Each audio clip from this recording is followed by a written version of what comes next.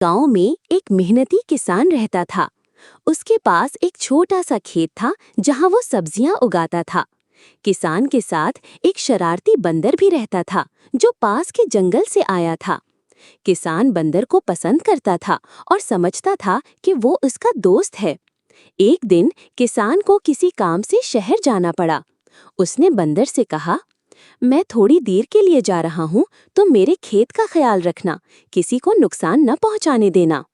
बंदर ने खुश होकर कहा, फिक्र न करो, मैं सब संभाल लूंगा। जैसे ही किसान गया, बंदर ने खेत में जाकर सब्जियों को देखना शुरू किया।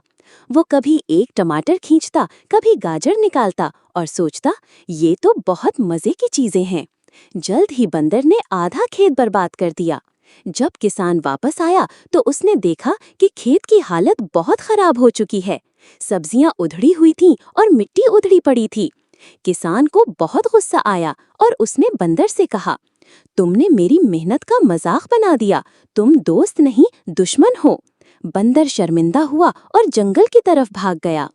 सबक: हर काम हर किसी के सुपुर्द नहीं किया जा सकता, सोच समझकर जिम्मेदारी देनी चाहिए।